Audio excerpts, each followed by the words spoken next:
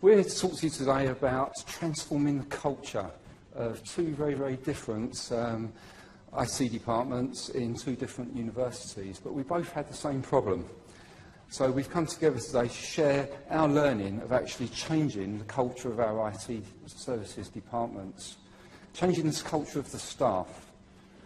We were ably helped to do this, and the link between the two universities is that Fiona Anderson from Value in You assisted both of us in actually on the journey that we started.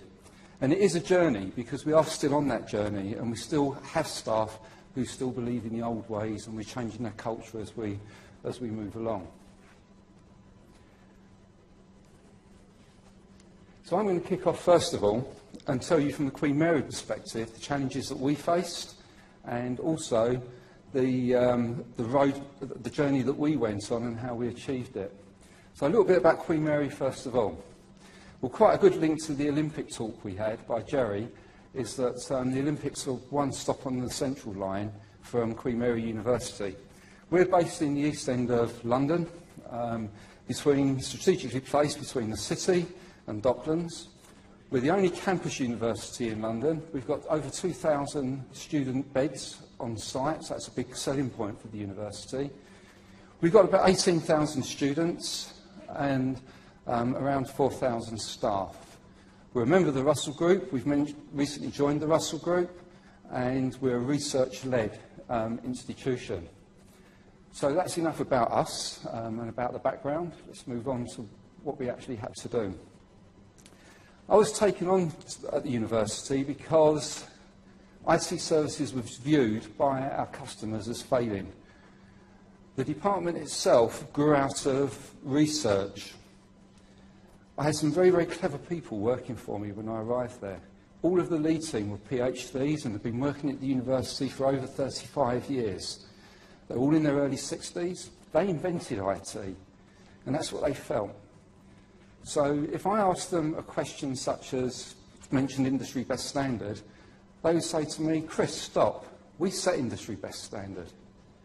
And you don't understand. We define it."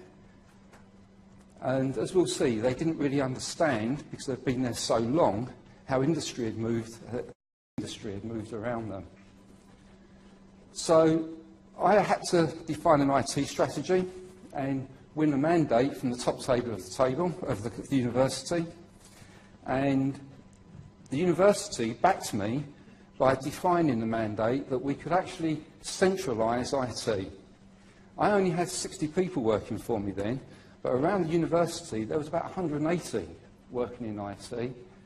There were 44 server rooms around the college, 9 email systems, every single type of virtualisation you can imagine, and it was all done differently. And the poor student and researcher was stuck in the middle of this. So I was given the mandate that I could centralise it. And that was a big thing for a research-led university, to come up with that mandate that we're going to impose on the university. They gave me a major pot of money to go out and do this piece of work with, which was good. And they also understood it wasn't a cost-saving exercise. So centralisation wasn't about getting rid of jobs. In actual fact, we were going to increase in size. It was about improving the service. I was given 6 months to plan it and 4 years actually to execute it. But what hit me straight away was the technology. The tin is our bread and butter. We can deliver that. We can deliver projects that can put new data centres in, that can bring in new applications. The real tough job was changing the culture of the staff and getting them to understand exactly what we were there to do. What did our customers think of us? We went out and asked them. And they said, IT services can't do it, won't do it, so we'll have to do it ourselves. 44 server cupboards around the college. They said, we don't have the basic tools to do our job. I've come from a University X, and they had this, they had the other. We just don't have that here. And the students just couldn't understand where we were coming from at all. They said we were stuck in a time warp. Everything we were doing was 15 years out of date. If they asked for something from IT services, it just disappeared into a black hole. We never actually delivered it. Not worth complaining about it. Nothing ever happens. So let's just do it ourselves.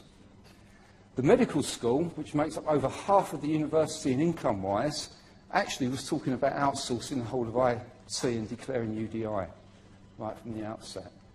That's what our customers thought. Compare that with what our staff thought when we asked them. We don't have customers, they said. Another member of staff said to me, Chris, I came here to do research. I had a very frank conversation and said, there's a computer science department over there that does research. What we do is deliver a service. We're an enabler to the university, and we're a service delivery organisation. No, no, no. I came to work here to do research. That's what they felt. Another one said to me, when can you do this by? Chris, you don't understand. We don't do deadlines. You get it when we're ready. We lead best practice, was another comment. All of the staff come out and saying, you know, staff priorities and agendas were just out of control. There was no performance management. Staff turned up when they want, went home when they want, didn't have a list of tasks, didn't have objectives, and there was certainly no collaboration, even between teams within the IT department. Hence, within the core IT department, we had 3 email systems we supported because each team thought they should do it differently. It was just a crazy situation we were in. So how did we go about actually changing it? Well, we got Fiona in for a start to help us. And I had to engage with this right at the very, very beginning. And I could start this from day one. Even when we started defining the strategy, doing the planning, I started on changing the culture. And the first thing we did, I got all the staff together in a room, got the principal in, who was a new principal at the time, to actually define what he expected from IT services. And sitting in that room, everybody was like this, arms crossed, just looking at us and saying, this is not for me. We told them what the customer was saying about them. That's not us. No, that's not us. We told them that the medical school was starting to thinking about outsourcing. Somebody put their hand up and said, Chris, let them. We don't care. Why do we want the medical school? So in response, I got every other person to stand up, and I said, right, sorry, you're all redundant now, walk out the door. And they looked at me shocked. And I said, well, the medical school pays half of the money to keep this department running. Do we have customers? Stunned silence. I said, I think you agree we do have customers. Because without them paying us, they can go out and pay for anybody to do the job. You haven't got a job. It's as simple as that. We introduced a concept of the elephant in the room. When we said, we're going to work with you, we're going to talk to you, we want everybody to comment on and feel free that they can talk and input into the way we're going to be doing things in the future. And we'll make this change happen together, because without it, guys, none of us have got a job. I haven't got a job either. We've got to change. So we had to really get over to them that they're not a research department. We had to get over to them that they're a service provider and customers exist. How did we do that? What were the key enablers? We introduced things like one-to-ones with clear objectives and targets for them to follow. So they actually had a structure to what they were delivering, and they were accountable for what they were delivering. We introduced those one-to-ones by saying, actually, it's to help you, because when you get stuck and you say, I can't deliver something, I am your manager, is there to help you unblock that. We introduced personal development plans for everyone, and appraisals. Never had them before. So they actually felt we were caring about them and starting to develop them as individuals. We got them involved in developing a logo for the department around workshops and tables like this, and a mission statement. What are we here to do? What encapsulates what we do? And they came up that we work in partnership to deliver a valued and effective IT. They come up with the logo at the bottom here. We started saying words like we plan it, we supply it, we support it. they started seeing what we're actually there to do, what our role is. We had regular monthly workshops when we gradually took them on a journey of actually saying, you step into the customer's shoes. You're at home now and the internet goes down. What would you expect your internet provider to provide you with? Now, do you provide our customers with that level of service? No.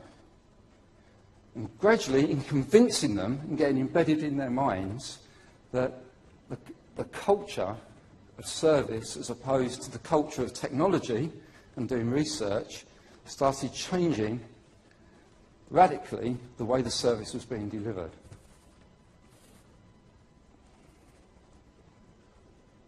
What change did it make? And how did we measure that change?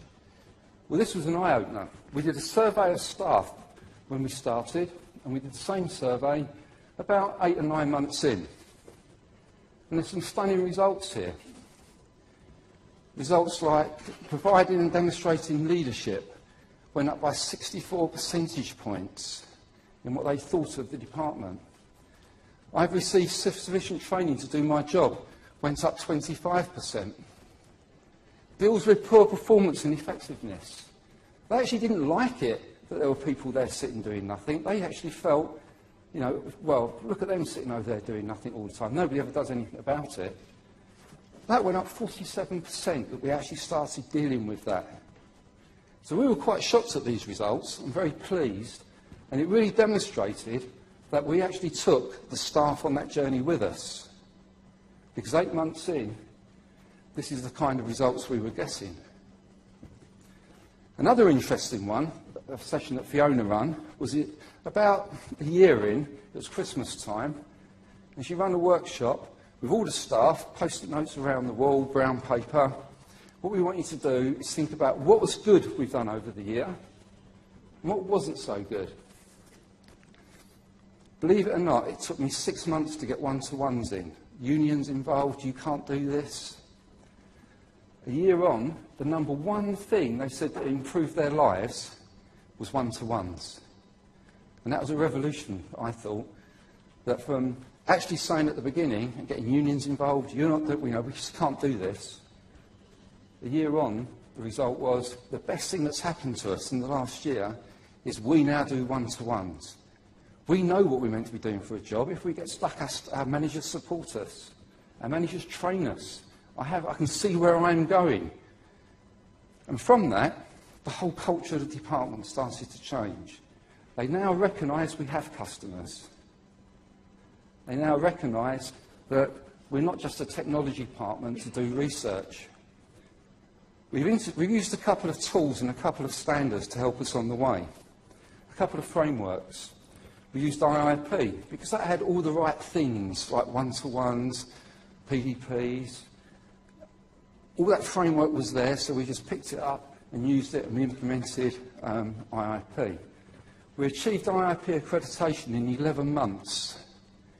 And I think that's testament to the staff, the journey they went on and how they got there. We've also put ISIL in to bring in things like change management, risk management, incident and release management, request management, all the good ITIL tools we've put in place as well.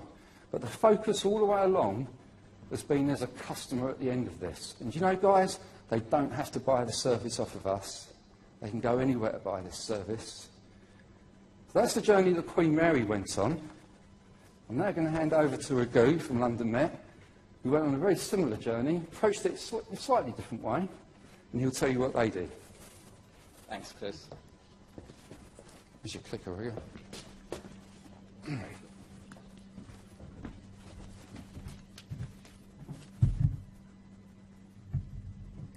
I think as Chris mentioned, London Met went on a very similar journey, but we had a couple of constraints. One was our primary driver was being cost effective. So while we were given quite a bit of money, around 15 million to transform IT, our underpinning driver was within 5 years you need to significantly reduce the cost while increasing efficiencies. There you go. I'm not going to go through my slides at the moment. I'm just going to sort of talk for a while before we sort of go back to the slides. The IT transformation program, which we started off in around 2009, when we started that, London Met basically had 2 IT departments. So we had, even though there's one department, they were actually operating as 2. So we had 2 different cultures, 2 different processes, 2 different technologies. By 2012, when we finished what we thought was the major part of the cultural transformation program, we could see the benefits internally. So we could say, hang on, most of our technology is totally modernized. We are on par with the sector. All our tier 1 systems were up around 99.9%. Our benchmark costs were almost 1.5 million lower than our competitor costs. Plus, our staff base had reduced from almost 180 to 100 plus, which we all felt was a significant achievement. But the problem was when we started speaking to our stakeholder group and speaking to our customers, the feedback was IT is still not fit for value. IT does not deliver what we want. And it's almost like they did not or would not see the changes which we had delivered. And that then meant our staff didn't feel very valued by our customers. Just to make sure that this is not an internal perception, we had an external body come in and do a review, and what they said was, actually, in 3 years, you moved from being substandard into being a functional department.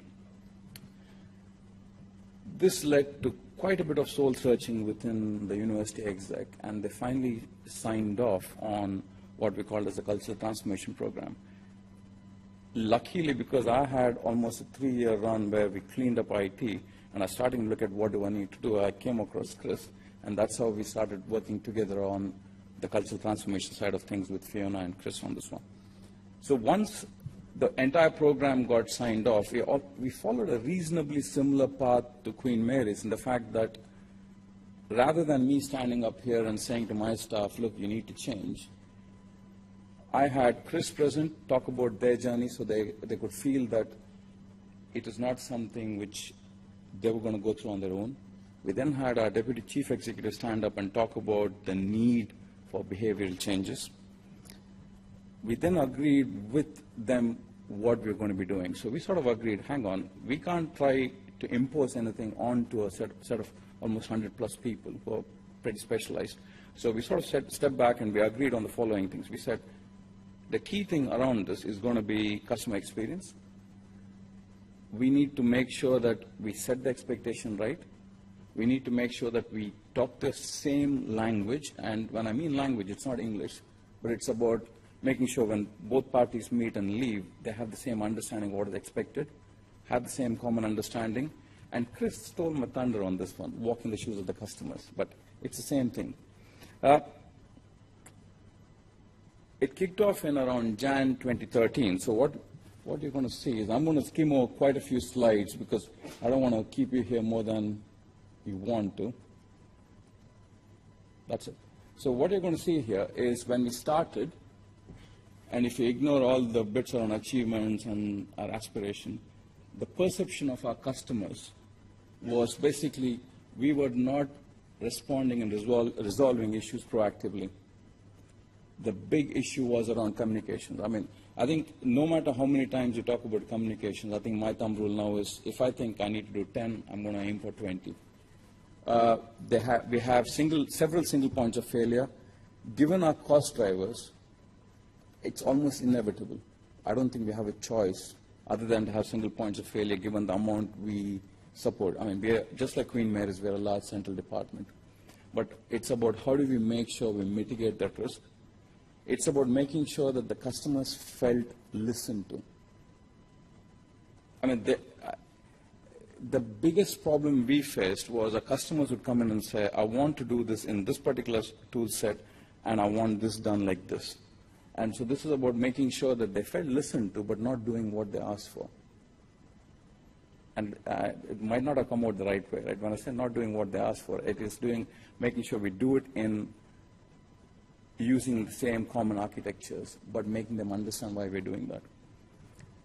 The good news was they accepted that IT was doing a very difficult job in very trying circumstances and had made significant improvements. The key point here is if you then look at the IT staff perception, internally they felt very proud to work within ISS. around almost 90% of them. But only a third felt valued by the university. And that's where the entire disconnect was.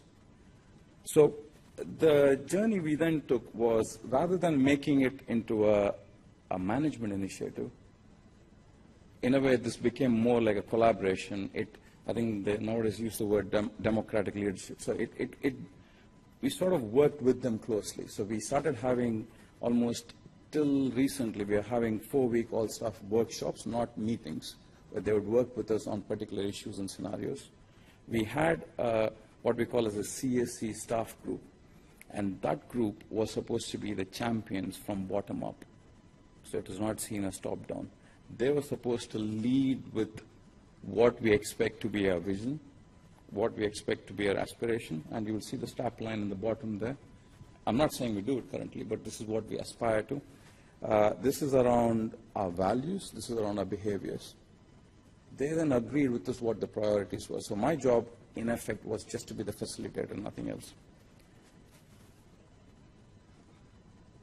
These were the priorities that the staff felt was essential. We decided we were going to stick with ITIL as the framework within which we were going to develop the common language which our customers, so that they knew when we said a service incident what it meant, when we said a problem what did it mean, when we said a request what it meant. We then focused on communications. I mean, this is one area where I think we've made significant progress, but every time I think we've done enough, we always learn a lesson that it's not. So we have a comms officer now. We have an internal IT newsletter that goes out every 2 weeks. We have 6 weekly staff workshops. We're starting to have an IT website that's current. We're starting to talk to our stakeholders and publish what the requirements are. We started then investing in people. I think when we started, the amount of investment in staff was almost peanuts. So we're now spending a significant sum of money on training them so they know that they're being valued. And the last two basically comes down to staff wanting to feel engaged. So we let them agree on a set of values and behaviors. I mean, there are now posters in all key ISS offices, and including the help desk, which talks about the power words. So the power words basically are reliable, flexible, valued, and proud. Based on them, what would be our behaviors? That then automatically led to the staff agreeing on what is not acceptable behavior. So this didn't need me standing there saying, you should not come late, you should not be, you should respond to a customer, in an optimum time, but they did it themselves. The last bit was an anomaly. I mean, I still struggle to correlate that particular requirement. They wanted to work with us on the technology strategy. They wanted to be part of the group that put together the strategy. I mean, everywhere else it's always been, it's something which you work with your execs, and it sort of comes down, top down. So we're starting to do that. I'm not saying we're perfect in this, but we're trying our best to get there. So following are some of the tools which we used to sort of get them on the path of where we wanted them to go, right? So what you're seeing here is to help them understand why they're behaving in a certain way, what their objectives are, why we're setting the appraisal the way we're doing. We're taking it back further up. So we're saying your customer service excellence program sort of sits in the middle. You have your team objectives that links back into the ISS vision, which they have worked with us on, the strategy which they're sort of reviewing and signing off on, the balanced scorecard and key performance indicators that links back to the university strategy, that links back to the NS2 scores. We also introduced something called a WOW conversation. It was basically around making sure that people find a non-formal framework to air concerns without it becoming entrenched positions on both sides arguing with each other. So this is basically around three things. What happened, what outcome did you expect, and how do we agree a way forward? Very simple. Again, these things are works in progress. I'm never going to claim it's complete. I see this, we've been doing this for 12 months. I see this for another at least 18 months before I can say it's in reasonable shape. And just to show some statistics, as you can see, as of almost September, around 9 months, our staff satisfaction has gone up by almost a quarter. Staff feel a lot more valued by around 60%, and they feel, they're valued within ISS, it's gone up by at least another quarter. I think some of you noticed the last time it ended was in September, and the reason why this is as of October, we went into a consultation with trade unions that ended just recently. So I suspect when I go back and do the survey again, I would have slipped back. Learning from London Met. This was a very fascinating experience. I mean, I worked in Oracle for quite some time, and I used to think working in Oracle was difficult. And I think this is the worst place I worked in. And when I say worst, I mean from the level of challenges that are thrown at you almost on a daily basis. My boss, who was the deputy chief executive, was the chief operating officer in NatWest. He echoes this. Every time, both of us sit there thinking, we should find this easy, but we're not. We find this really difficult to work, but not in a stressful way, but in a challenging way. One of our staff members actually summarized this pretty well. He basically said, till now, I feel like a little boy standing outside the sweet shop with my nose pressed against the glass, looking at all the sweeties inside. Now that you brought me in, I have no clue what to do. Right? The staff have an expectation, and this one took me a while to work out. Staff have an expectation that change programs will happen. But what they don't realize is we have been doing it incrementally. They don't realize that from when we started, comms have significantly improved. They're having one-to-ones. They don't realize they have had appraisals. There's lots of procedures and frameworks where they are engaged in. And I think in this December, my wife gave birth to our first child, and that's when it sort of hit me. When you see a little child and you're with it every day, you don't see it grow. It's somebody else from outside who sees it grow. And so now what we're doing is we're making it a point almost regularly when we have these all-staff workshops to say, that is what we said we're going to do, look at what we have achieved, so that they can see it and they can visualize the change and what they've gone through. I don't have to explain the background about London Met. I think all I can say is in London Met, the only constant is change. And because of that, we always expect this to be a journey where we go forward 3 steps and go back 2. So it is going to be a very slow journey, and it's about making sure staff come along with us on that journey. I think at this point, I'm going to pause because you have 2 people very vested interest talking about what their organizations have done. And I think on the whole, we're sort of both of us telling it's been a very positive experience. So we're going to sort of get our external. Fiona, I mean, if you don't mind, Fiona, would you mind telling us about what your experiences have been? Thank you very much. I'm very conscious of time, so I'm just going to put up a slide and just talk a couple of points to you. The vision is absolutely fundamental, and a vision that will last, a vision that will serve purpose in describing what it is you expect from everybody within the department. Absolutely fundamental. Very important you know your baseline. Culture change, how do you measure it? It's like jelly, it wobbles. Will you find your baseline in your first staff workshop based on the values from your vision statement? Leadership, oh my goodness, this is a really tough one for you. You have got to be consistent. You are those role models. You get measured for absolutely everything, and you have to be on message. I think we've heard about most of the other things. When it was centralisation was involved from a Queen Mary perspective, the eye went off the ball in terms of recruitment. Oh boy, did we feel the pain. Yeah. And when centralisation was happening, we also felt the pain in that we weren't able to communicate directly with the staff that were coming into IS. And so that was a real challenge. So two really good learning points there. And you'll be pleased to know that grievances and complaints do reduce as a result of culture change. So a little bit less pain for yourselves and more time to do your job. So I'd like to invite Raghu and Chris up for questions. I'm sure you'd got some questions.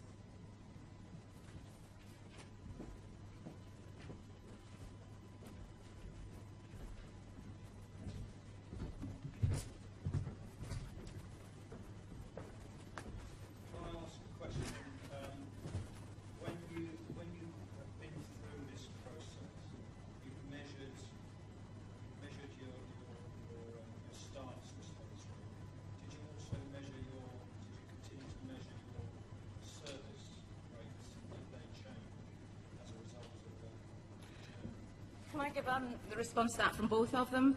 They didn't have their staff customer feedback at the beginning. That was kind of put through the way, so I need to ask, certainly you're measuring yours much more now, aren't you?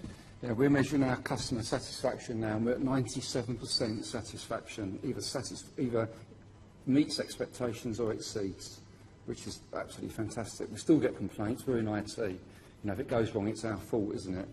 But in general, when we have help desk calls and we ask them at the end of each call, can you rate us, we get 97% satisfaction.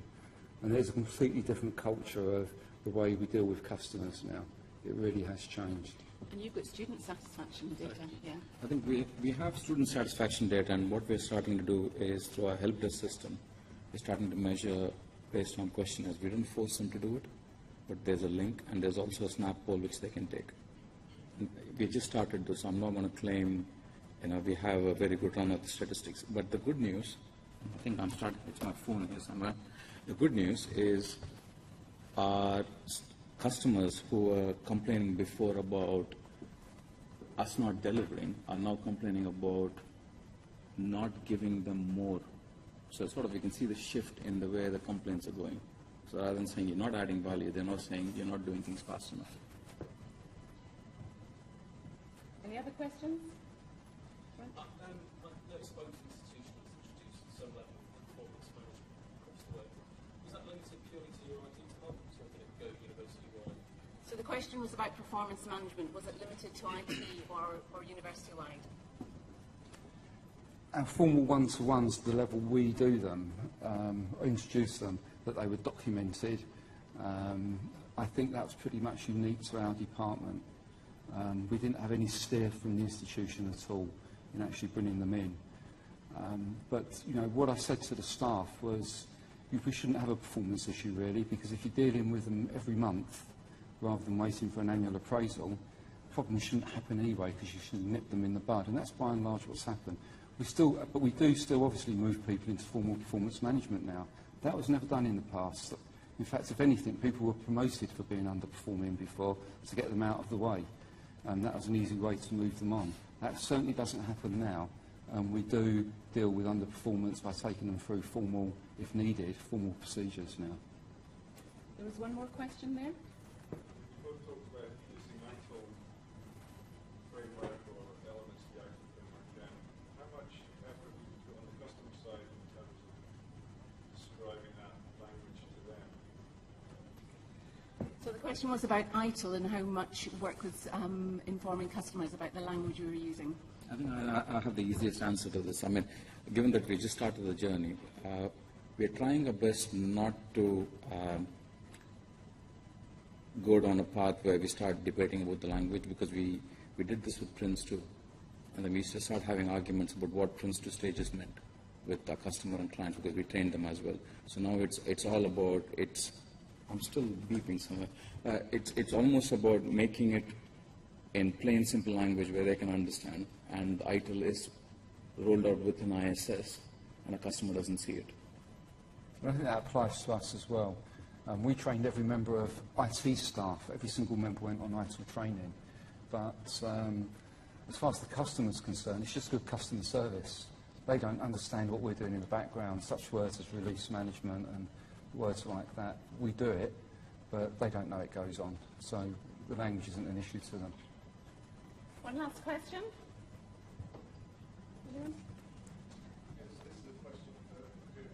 So you talked about behaviours and you talked about unusual. Is there anything else that you actually did to actually reinforce it?